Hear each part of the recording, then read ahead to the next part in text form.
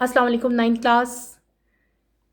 बेटे आज डिफरेंट आपको मेरा लेक्चर लगेगा। इससे पहले आपने देखा होगा कि हमेशा मैं साइंस सब्जेक्ट्स के ऊपर बात करी होती हूँ, फिजिक्स, बायो एंड केमिस्ट्री। आज का लेक्चर थोड़ा सा हमारा इस तरह से डिफरेंट है कि आज आपको स्क्रीन पे उर्दू की बुक्स नज़र आ रही होंगी। एक आपके पास आपकी टेक्स्ट बुक है और दूसरी आपके पास उर्दू क्वाइदो इंशा की बुक है। ठीक है, मेरा आज की वीडियो बनाने का एक पर्पस है और बड़ा इम्पॉर्टेंट एक पर्पस है। मैंने अक्सर नोट किया है, बल्कि आप लोग भी सुनते होंगे, ऑब्जर्व करते होंगे कि अक्सर आप लोग आपके बड़े बड़े बड़े बहन भाई हों, आपके फ्रेंड्स हों, रिलेटिव्स हों, अक्सर स्टूडेंट जो हैं वो साइंस सब्जेक्ट्स में फुल मार्क्स लेते हैं, लेकिन उनका रिज़ल्ट जो है वो ख़राब होता है ड्यू टू उर्दू। उर्दू जो है आपको पता है एक कंपलसरी सब्जेक्ट है, इसमें अच्छे मार्क्स आएंगे तो ही आपका जो है रिज़ल्ट अच्छा आता है। ठीक है, और साइंस सब्जेक्ट्स में तो अक्सर स्टूडेंट जो है वो फुल नंबर ले लेते हैं, लेकिन रिज़ल्ट हमारा ख़राब हो जाता है हमारे उर्दू के मार्क्स की वजह से। यही वजह है कि बेटे मैंने कोशिश आज के लेक्चर में मैं करूँगी कि आप लोग किसी भी तरीके से उर्दू में भी फुल मार्क्स ले सको और आपका रिज़ल्ट जो है वो बहुत अच्छा आ सके। आज मैं कोशिश करूँगी कि आपके जितने भी वीक पॉइंट्स हैं जो मुझे फ़ील होते हैं अपने स्टूडेंट्स को देख के, आप लोगों को ऑब्ज़र्व करके, वो मैं सारे जो है वो दूर करने की कोशिश करूँ। मेन यहाँ पे हम बात करेंगे कि उर्दू का जो भी आपका पैटर्न है, इसलिए मैं पैटर्न की बात नहीं कर रही, हम पैटर्न की बात बाद में करेंगे कि कौन कौन से क्वेश्चन आने हैं, कहाँ कहाँ से हमने याद करने हैं, वो एक अलग सब्जेक्ट है। ठीक है, अलग हमारा एक टॉपिक है। लेकिन आज हमने बात करनी है कि आप जब उर्दू का पेपर करते हो तो बेटे आप उर्दू के पेपर की प्रेजेंटेशन कैसे करोगे, उसको प्रेजेंट कैसे करोगे। आप जब पेपर लिख रहे हो आपने उसको लिखना कैसे है। एग्जाम्पल है, आपका क्वेश्चन आता है कि सियाको सबाह के लिहाज से तशरीह करें।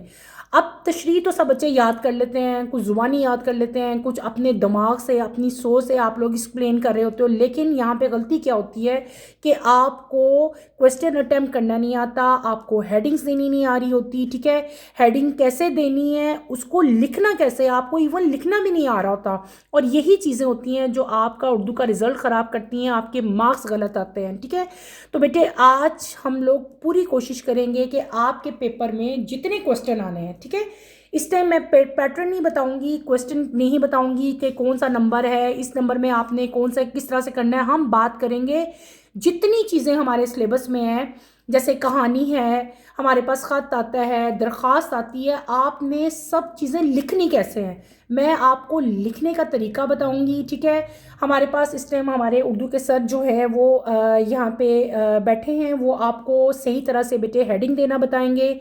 आप लोग उनको गौर से देखो किस तरह से वो राइट करते हैं, किस तरह से वो नुक्ता लगा रहे हैं, किस तरह से एक एक लफ्ज़ लिख रहे हैं। आपने पूरी कोशिश करनी है कि आप उनको कॉपी करें और वैसे ही लिखने की कोशिश करें।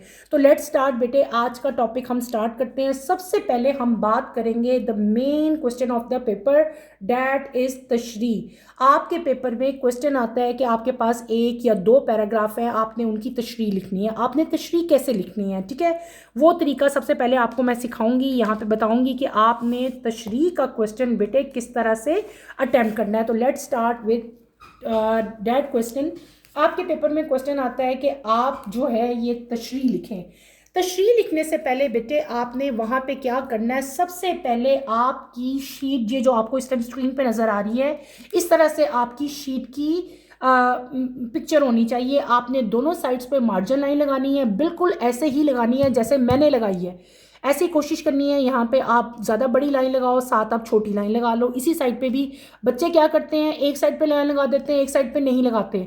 अगर आपको प्रॉब्लम हो रही है तो आप शुरू में ही बेटे, जब आपको एग्जामिनर आपकी शीट्स अलॉट करता है तो आपने स्टार्ट में ही पूरी की पूरी शीट्स पकड़ो और उसको यूं कर लो, इस साइड से भी यूं कर लो और इस साइड से भी ऐसे कर लो। इससे क्या होगा कि आपको एक रफली आइडिया हो जाता है कि मैंने यहाँ पे स्केल रख के मार्जिन लाइन लगाना है, और आपकी लाइन जो है वो इक्वल लगेंगी। जब आप यूं कर लोगे ना, एक हल्का सा निशान लगा लोगे ऐसे करके, तो आपने इसको यूं कर लेना है। इससे क्या होगा कि सारी शीट्स में एक जैसी मार्जिन लाइन लगेंगी। सबसे पहले काम आपने क्या करना है, हमने दोनों तरफ इस साइड पे आपने मार्जिन लाइन लगानी है, एज इट इज़ लगानी है। उसके बाद हमने अपना सब्जेक्टिव पार्ट स्टार्ट करना है।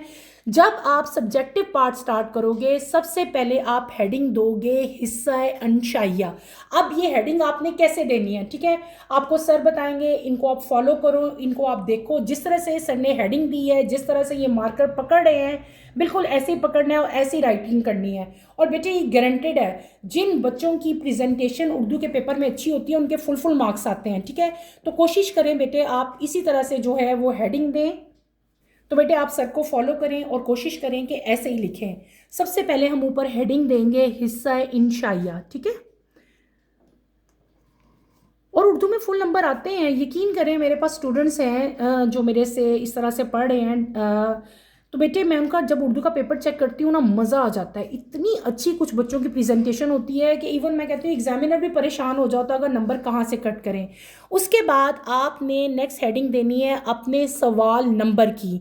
आपने अपना क्वेश्चन पेपर देखना है, वहाँ पे देखना है कि मैं कौन सा क्वेश्चन अटैम्प्ट कर रहा हूँ। जो क्वेश्चन आप अटैम्प्ट करेंगे उसी का नंबर आपने राइट करना है, ठीक है। इस टाइम हम सिर्फ सवाल नंबर लिखेंगे, नंबर हमारे पास नहीं है। मैं सिर्फ आपको मेथड बता रही हूँ, तरीका बता रही हूँ कि आपने किस तरह से लिखना है। हेडिंग ले ली हमने इंशाइया की, फिर हमने सवाल नंबर सपोज किया है, ये हम इमेजिन कर रहे हैं कि हमने यहाँ पे क्वेश्चन नंबर 2 राइट करना है, क्लियर है। उसके बाद हमारा क्वेश्चन है इक्तबास की तशरीह। नेक्स्ट हेडिंग आप जो देंगे डैट इज इक्तबास की तशरीह। देखें बेटे आपने किस तरह से हेडिंग देनी है।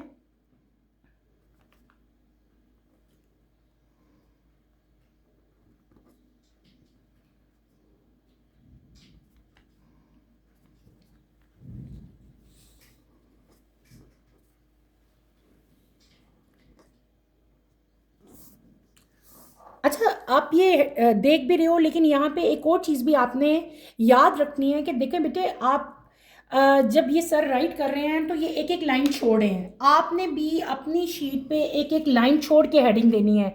ये लाइन छोड़ स्किप कर देनी है, फिर सवाल नंबर, फिर लाइन स्किप करोगे, फिर इक्तबास की तशरीह, और बिल्कुल एज इट इज़ ही आपने कोशिश करनी है आप हेडिंग दें। यहाँ पे भी आपने जगह छोड़नी है, यहाँ पे भी आपने जगह छोड़ देनी है। उसके बाद नेक्स्ट हेडिंग आप लोग दोगे हवाला मतन की, वो हेडिंग आपने यहाँ से स्टार्ट करनी है, ठीक है। एक लाइन फिर आप छोड़ दोगे।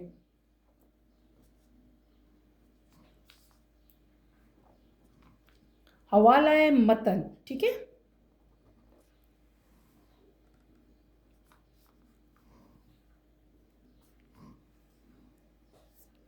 क्लियर बेटे। अक्सर बेटे बच्चे जो है ना यहाँ पे हमजा नहीं डालते, ये आपने डालना है, ये ज़रूरी होता है। हवाला मतन के बाद नेक्स्ट आपने 2 हेडिंग्स देनी है। उस पहले आपने लिखना है सबक का नाम। आप क्या राइट करेंगे, पहले सबक का नाम, ठीक है। सबक का नाम लिख लें या सबक का उन्वान लिख लें, ठीक है, आपकी मर्जी है। सबक का उन्वान लिखें, वो ज़्यादा अच्छा लफ्ज़ लगता है। सबक का उन्वान लिखेंगे, ठीक है। नाम ज़रा ज़्यादा बचगाना चीज़ लगती है। अब आप ग्रोन अप हैं, 9th क्लास में हैं, तो यहाँ पे आप हेडिंग देंगे सबक का उन्वान।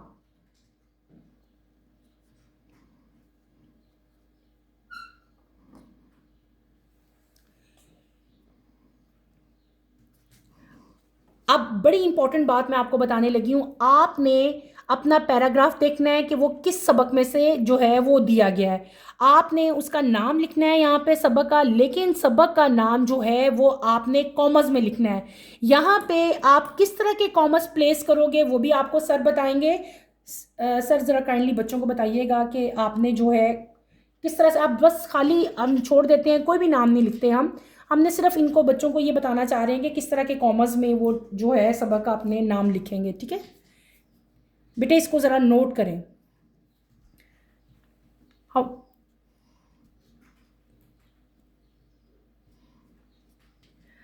अब यहाँ पे गौर से देखो बेटे, इन कॉमर्स ये और तरह के कॉमर्स हैं, इनकी डायरेक्शन जो है वो डाउनवर्ड है। इन कॉमर्स को देखो तो इनकी डायरेक्शन अपवर्ड है।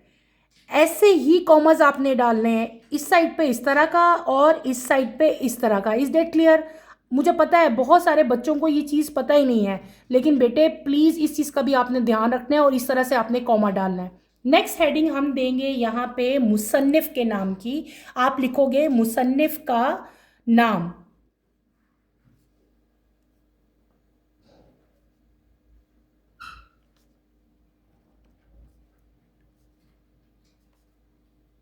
आप गौर से देखें कि किस तरह से सर जो है वो राइट कर रहे हैं। आपने कोशिश करनी है कि बेटे आप इसी तरह से जो है वो लिखने की कोशिश करो। हम पूरी कोशिश करेंगे कि सर से जो है ना मैं ये लफ्ज़ भी आपको जो है सारे लिखने सिखाऊं। मुसन्निफ़ के नाम की हेडिंग में भी आपने यही कॉमर्स प्लेस करने हैं, ठीक है। उसके नाम को भी आपने कॉमर्स में ही प्लेस करना है, इस साइड पे ये वाला और एंड पे दूसरे वाला कॉमर्स, ठीक है, क्लियर। उसके बाद नेक्स्ट हेडिंग बेटे आपने फिर जो देनी है, एक लाइन छोड़ के आप हेडिंग देंगे माखज़ की, या अगर मतलब आपका दिल कर रहा है तो आप लाइन छोड़ सकते हैं, ना भी छोड़ें तो ये कोई इतना हार्ड एंड फास्ट रूल नहीं है। नेक्स्ट हेडिंग जो आप देंगे डैट इज माखज़।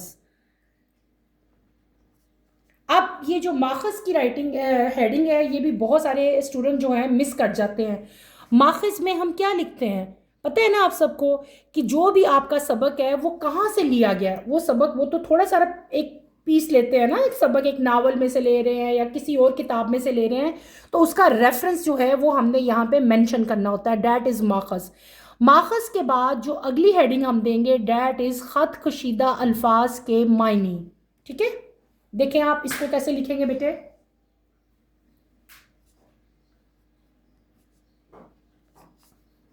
ख़त कशीदा अल्फाज के मानी। बाज़-औक़ात आपके पास ऐसा पैराग्राफ आता है कि उसमें अंडरलाइन हुए होते हैं आपके वर्ड्स, लेकिन कभी कभार ऐसे भी पेपर आ जाता है कि आपके पास पेपर में वो वर्ड्स अंडरलाइन नहीं होते, फिर आपके पास अपनी चॉइस है, आपको जो भी वर्ड डिफ़िकल्ट लग रहे होते हैं उनके आप अल्फाज मायनी लिख देते हो, ठीक है, लेकिन ज़्यादातर जो है वो अंडरलाइन होते हैं वर्ड्स। इसके बाद बेटे आपने यहाँ पे लिखना है अल्फाज, यहाँ पे आपने लिखने हैं मायनी। क्या हेडिंग दोगे आप यहाँ पे, अल्फाज।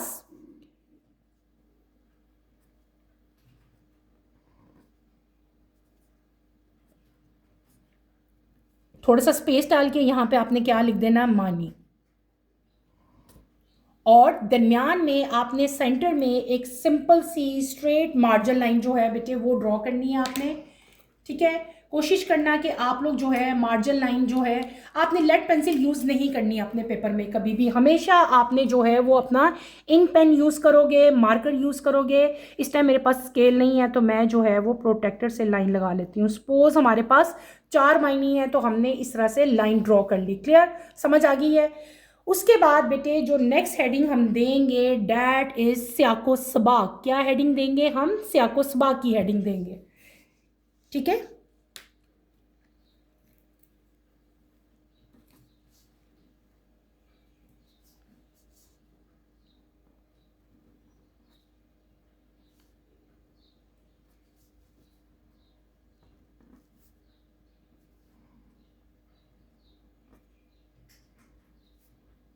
स्याकुस बाग में हमने क्या लिखना है, कितना राइट करना है, इंशाल्लाह वो भी मैं पूरा कोशिश करूंगी कि एक वीडियो उसकी भी आपको बनाऊं और बताऊं। स्याकुस बाग के बाद जो नेक्स्ट हेडिंग आपने देनी है डैट इज़ तशरी। सर ये एक लाइन छोड़ के ज़रा बच्चों को लिख दें ताकि उनको ज़रा ज़्यादा क्लियर हो जाए। तशरी जो मेन हमारा जो है वो टाइटल है डैट इज़ तशरी। हम यहाँ पे क्या हेडिंग देंगे, तशरी की हेडिंग देंगे और आप जो है फिर डिटेल यहाँ पे तशरी लिखोगे। कोशिश आपने करनी है बेटे कि आप अच्छा खासा जो है अपनी तशरीह को एक्सप्लेन करो। और एक बात और याद रखनी है कि हमेशा जब भी आपने तशरीह लिखनी है तो बेटे चाहे वो आपकी नज़मों की हो, चाहे गज़लों की हो, चाहे आपके असबाक की हो, आपने तशरीह के अंदर 1 या 2 शेर जो हैं वो लाजमी कोट करने हैं, 1-2 शेर लिखने हैं। और जब भी आप लोग शेर लिखोगे आपने कोशिश करनी है शेर जो है वो आप मार्कर से लिखो, ठीक है। तशरीह आपने सारी पेन से करनी है, क्लियर हो गया। तो बेटे ये मैंने क्या किया, हम लोगों ने पूरा एक आपको तरीका बता दिया कि आपने तशरीह वाला क्वेश्चन किस तरह से अटैम्प्ट करना है। दोबारा से एक दफ़ा मेन पॉइंट्स बताती हूँ। सबसे पहले आपने क्या हेडिंग देनी है, हिस्सा इंशाइया की, ठीक है, हेडिंग दी। उसके बाद हमने क्या हेडिंग दी, सवाल नंबर 2। आपका जो भी है 3 है 4 है, यानी कि जो क्वेश्चन भी आप अटैम्प्ट करोगे आपने उसका नंबर लिखना है, अपनी मर्जी से नंबर नहीं लिखना, जो क्वेश्चन पेपर पे नंबर है वो आप लिखोगे। फिर आपने हेडिंग देनी है इक्तबास की तशरीह, उसके बाद हवाला मतन, फिर आपका आएगा सबक का उन्वान, उसके बाद आएगा मुसन्निफ़ का नाम, देन आप करोगे माखज़, फिर ख़त कशीदा अल्फाज के मायनी, 2 कॉलम बनाएंगे, एक साइड पे अल्फाज और एक साइड पे आप क्या लिखोगे, मानी लिखोगे। अब यहाँ पे भी डिफरेंस देखो, यहाँ पे क्या है, मानी है यानी कि जमा है, और ये क्या हमारे पास हो गया, वाहिद हो गया। ठीक है, ये दोनों चीज़ें भी डिफरेंट होनी चाहिए। उसके बाद नेक्स्ट हेडिंग आपने क्या देनी है, सियाको सबाह की, और लास्ट हेडिंग आपकी क्या होनी चाहिए, तशरीह की। इसी को आपने फॉलो करना है, कोशिश करनी है बेटे। एज इट इज़ तो हम नहीं लिख सकते, कॉपी तो इसको आप नहीं कर सकते, लेकिन बेटे आप कोशिश ज़रूर कर सकते हैं। मेरे पास स्टूडेंट्स हैं, इंशाल्लाह मैं कोशिश करूँगी उनके पेपर्स भी आपको दिखाऊँ, बल्कि उनसे आपको जो है वो लिख के दिखाऊँ लाइव के वो किस तरह से लिखते हैं। आपने कोशिश करनी है कि जिस तरह से सर ने लिखा है बिल्कुल इसी तरह से आप राइट करें। ये हमारे पेपर का हमारा फर्स्ट क्वेश्चन जो है तशरीह का कंप्लीट हो गया। अब हम अपने सेकंड क्वेश्चन की तरफ चलते हैं। सेकंड क्वेश्चन हमारा है किसका बेटे, नज़मों की तशरीह का। अगर आपका नज़म आती है तो नज़म की तशरीह आपने किस तरह से अटैम्प्ट करनी है, अब आपको मैं उसका तरीका बताऊंगी। बिल्कुल इसी तरह अगर आप नज़म की भी कर रहे हो तो आप यहाँ पे अगर सपोज आपने पहले नज़म ही से क्वेश्चन शुरू कर लिया तो बेटे स्टार्ट करते हैं हम। सपोज करो आप लोग कि आपने अपना पेपर जो है वो नज़म ही से शुरू किया है, उस केस में आपने अपनी आंसर शीट को किस तरह से प्रिपेयर करना है। सबसे पहले आप यहाँ पे क्या हेडिंग देंगे, आप हेडिंग देंगे हिस्सा अंशाइया की। मैं दोबारा से आपको एक दफ़ा बता देती हूँ सर, ये दोबारा से ज़रा बच्चों को एक दफ़ा बताइएगा कि हिस्सा अंशाइया वो किस तरह से राइट करें।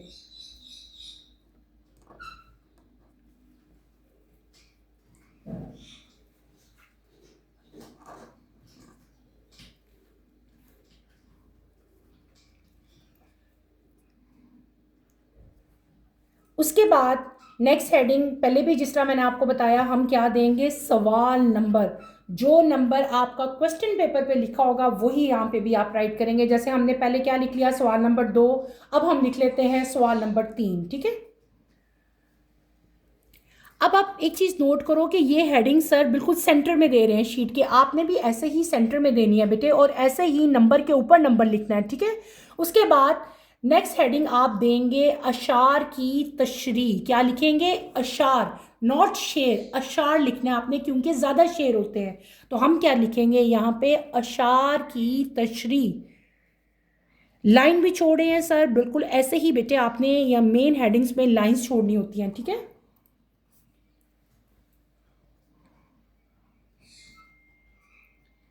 अशार की तशरीह, क्लियर। इसके बाद बेटे हमारे पास गज़ल भी होती है और हमारे पास नज़म भी आती है, तो इसलिए यहाँ पे मेंशन करना ज़रूरी है, कंपल्सरी है। आप यहाँ पे मेंशन करेंगे हिस्सा नज़म, लेकिन हिस्सा नज़म से पहले आपने ब्रैकेट में अलिफ लिखना होता है, यानी कि ये अलिफ जुज़ होता है, बेजुज़ तो हमारा गज़ल होता है। तो यहाँ पे हम पहले स्मॉल में थोड़ा सा छोटा अलिफ लिख देंगे और फिर इसी तरह की हेडिंग हम डालेंगे हिस्सा नज़म की। देखें बेटे, गौर करें, इसको अच्छी तरह से देखें कि कैसे लिख रहे हैं सर, बिल्कुल वैसे ही लिखने की प्रैक्टिस करें आप लोग। और यकीन करें अगर आप इसी पैटर्न को फॉलो करो, ऐसे ही अपना पेपर अटेम्प्ट करोगे तो पूरे नंबर आएंगे आपके उर्दू में। हिस्सा नज़म, ठीक है। उसके बाद बेटे अब आपकी हेडिंग थोड़ी सी छोटी हो जाएंगी, साइड पे हेडिंग आ जाएंगी। सबसे पहले यहाँ पे फर्स्ट हेडिंग जो आप देंगे डैट इज़ नज़म का उन्वान। क्या लिखेंगे आप, नज़म का उन्वान। उन्वान में हम क्या लिखते हैं, हम नज़म का नाम लिखते हैं। ठीक है, कि ये शेर जो हैं ये कौन सी नज़म से लिए गए हैं ये आपने बताना होता है। नज़म का उन्वान,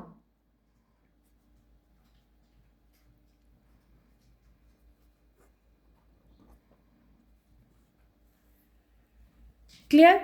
उसके बाद बेटे आपने इसी तरह कॉमर्स में, जैसे पहले सर ने आपको कॉमर्स बताए थे, अब दोबारा मैं नहीं बता रही, ठीक है। आपने अब याद रखना है कि किस तरह से कॉमा के अंदर आपने यहाँ पे नज़म का नाम जो है बेटे वो राइट करना है।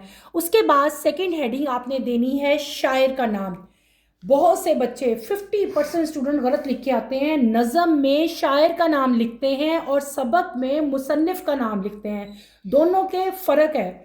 इसमें क्या लिखेंगे आप, शायर का नाम। ठीक है, जो नज़में लिखता है उसको शायर कहते हैं, जो सबक का राइटर होता है उसको मुसन्निफ कहा जाता है। तो यहाँ पे आपने क्या लिखना है, शायर का नाम। उसके बाद नेक्स्ट हेडिंग बेटे आप देंगे माखिज की, यानी कि ये जो आपकी नज़म है ये किस बुक में से ली गई है। जैसे अल्लामा इकबाल की बांगे दरा का एक पार्ट दे देते हैं, ठीक है, उसी तरह आपने माखिज लिखना होता है कि ये कहाँ से नज़म जो है वो ली गई है। माखिज की हेडिंग। माखिज के बाद नेक्स्ट हेडिंग बेटे आप दोगे मफहूम की। मफहूम, मफहूम का मतलब क्या होता है कि आपने बताना होता है कि इस शेर का मफहूम क्या है, इसका मतलब क्या है, इसका मायने क्या है।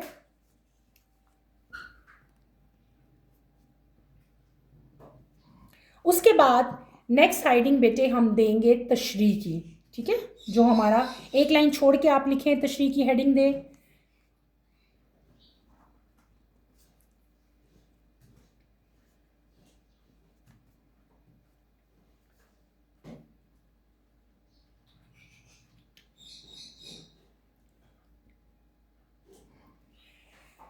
नज़म की तशरीह बेटे आपने जब भी लिखनी है आपने कोशिश करनी है कि आप तशरीह में 2, 3, 4 जितने भी अशार आपको आते हैं ना वो आप लिखो। और जब भी आपने शेर लिखना है बेटे कोशिश करनी है शेर जो है वो आपने मार्कर से लिखने हैं ताकि वो हाईलाइट हों और ज़्यादा प्रोमिनेंट हो सके, उनको आपने पेन से राइट नहीं करना। तो एक और आज के टॉपिक में बस यही मैं आपको बताऊंगी। इंशाल्लाह जो कमिंग हमारे लेक्चर्स हैं उसमें हम लोग गज़लों की तशरीह कैसे लिखनी है वो मैं आपको बताऊंगी, कहानी किस तरह से अटैम्प्ट करनी है, मुकालमा किस तरह लिखना है, दरख्वास्त, ख़त, वन बाय वन इंशाल्लाह मैं पूरी कोशिश करूंगी कि हम जो है उनको लिखना आपको सिखाऊं मैं। आपने इसी पैटर्न को फॉलो करना है, इसी तरह से लिखने की कोशिश करनी है। इसके बाद जब आपका पेपर कंप्लीट हो जाए बेटे तो आपने अपना वॉच देखनी है कि मेरे पास कितना टाइम बच गया। अगर आपके पास टाइम बच जाता है तो आपने थोड़ा सारा ब्यूटिफिकेशन के ऊपर काम करना है। अब ब्यूटिफिकेशन में क्या चीज़ आ जाती है, सपोज मैं पेपर कर रही थी, मेरे पास अभी 10 मिनट्स बच गए हैं या 15 मिनट्स बच गए हैं, तो मैं क्या करूँगी, मैं कोशिश करूँगी कि मैं जो मेरी मेन हेडिंग्स है जैसे अशार की तशरीह है या हिस्सा नज़म है मैं इनको अंडरलाइन कर लूँ। अंडरलाइन आपने कोशिश करनी है कि आप ब्लैक मार्कर से कर लें अंडरलाइन, या आप इसको इवन जो है ब्लू की स्ट्रेट लाइन स्मॉल, जैसे मैंने ये लाइन लगाई है ना ऐसे आप लोग लाइन लगा लो, ठीक है। सर ज़रा थोड़ा सारा बच्चों को बताइएगा कि किस तरह से ये जो है ब्यूटिफिकेशन कर सकते हैं पेपर की। देखें बेटे आपको सर एक छोटा सा एग्जाम्पल दे रहे हैं कि आप लोग इस तरह से जो है कर सकते हैं। ठीक हो गया, बिल्कुल सही है। ये दूसरा एक और पैटर्न है, इस तरह से भी आप कर सकते हैं, ठीक है। और ये देखिए अब थोड़ा सा ज़रा ज़्यादा और खूबसूरत आपका पेपर लग रहा है, ठीक है। ये 3 डिफरेंट मेथड्स मैंने आपको बता दिए, ऐसे भी आप कर सकते हो, ऐसे भी कर सकते हो और ऐसे भी कर सकते हो। अब जैसे हम नज़म है, नज़म को हम और ब्यूटीफाई कर सकते हैं। यहाँ पे हम वो एक साइन होते हैं ना सर, वो भी ज़रा बच्चों को बताइएगा। मुझे याद है मैं 10th में जो है मैं भी लिखती होती थी नज़म, हाँ बिल्कुल यही। तो बेटे हम नज़म को ऐसे भी राइट कर सकते हैं। और आपने अब ये बात याद रखनी है, अब आपके सामने इस टाइम ये 2 पेपर्स आगे हैं, ठीक है। 2 क्वेश्चन आज हमने आपको बताए कि आपने किस तरह से अटेम्प्ट करने हैं, ठीक है। एक हमने देखा कि हमने तशरीह असबाक की कैसे करनी है, दूसरी चीज़ हमने क्या देखी कि हमने नज़मों की तशरीह कैसे लिखनी है। बेटे आपने पूरी कोशिश करनी है कि आप इसी पैटर्न को फॉलो करो, ऐसे ही लिखने की कोशिश करो। इन्वर्टेड कॉमा मैंने बताए, ठीक है। सबक कैसे लिखना है, काफ कितना नीचे होना चाहिए, उन्वान आप कैसे लिखोगे, यहाँ पे आप लोगों ने लाइंस छोड़नी है और यही सीक्वेंस आपने फॉलो करना है। आई होप कि आपका जो आज की जो वीडियो है ये आपके लिए काफ़ी ज़्यादा इससे आपको सबक हासिल होगा और आपने इसको बेटे कंप्लीट अच्छी तरह से इसको अपनी अपनी नोटबुक्स में आप जो है वो मतलब उतार लें, ठीक है। और इसी फाउंड को आप लेके चलें। और इसके बाद पहले तो सारे मैं आपको क्वेश्चन अटैम्प्ट करना सिखाऊंगी जैसे मैंने आज आपको सिखाया, इसी तरह मैं आपको तशरीह गज़लों की करनी सिखाऊंगी अगले लेक्चर में, कहानी लिखनी सिखाऊंगी, ख़त कैसे लिखना है, दरख्वास्त कैसे लिखनी है, क्वेश्चन आंसर जो आपके आते हैं वो किस तरह से आपने अटैम्प्ट करने हैं, ठीक है। उसके बाद हम देखेंगे कि हमारा जो बायो का पैटर्न है वो कैसा है, ठीक है। यहीं पे बेटे मैं अपना टॉपिक ख़त्म करूँगी। इंशाल्लाह कमिंग लेक्चर में आपसे दोबारा मुलाकात होगी। और सॉरी बेटे मैंने जल्दी में ना ये कह दिया कि मैं आपको बायो का पैटर्न बताऊंगी, बात हम उर्दू की कर रहे हैं लेकिन फिर बायो हमारे जो है वो ज़हनों में चल रही है। तो उर्दू के पैटर्न के ऊपर हम डिटेल इंशाल्लाह एक लेक्चर रिकॉर्ड करेंगे। आज के लिए इतना ही काफ़ी है। इसको आप लोगों ने अंडरस्टैंड करने की कोशिश करनी है और ऐसे ही आपने लिखना है। बल्कि आप लोग कोशिश करो कि अपने अपनी नोटबुक्स में ऐसे ही लिखो और मुझे पिक्चर्स आप लोग जो है वो अपनी अपनी सेंड करें। मैं देखूं कि आप लोगों ने कितना जो है इससे लर्न किया है। अल्लाह हाफिज़ 9 क्लास। टेक केयर बेटे, अपना ख्याल रखिएगा और दुआओं में मुझे याद रखिएगा। अल्लाह हाफिज़।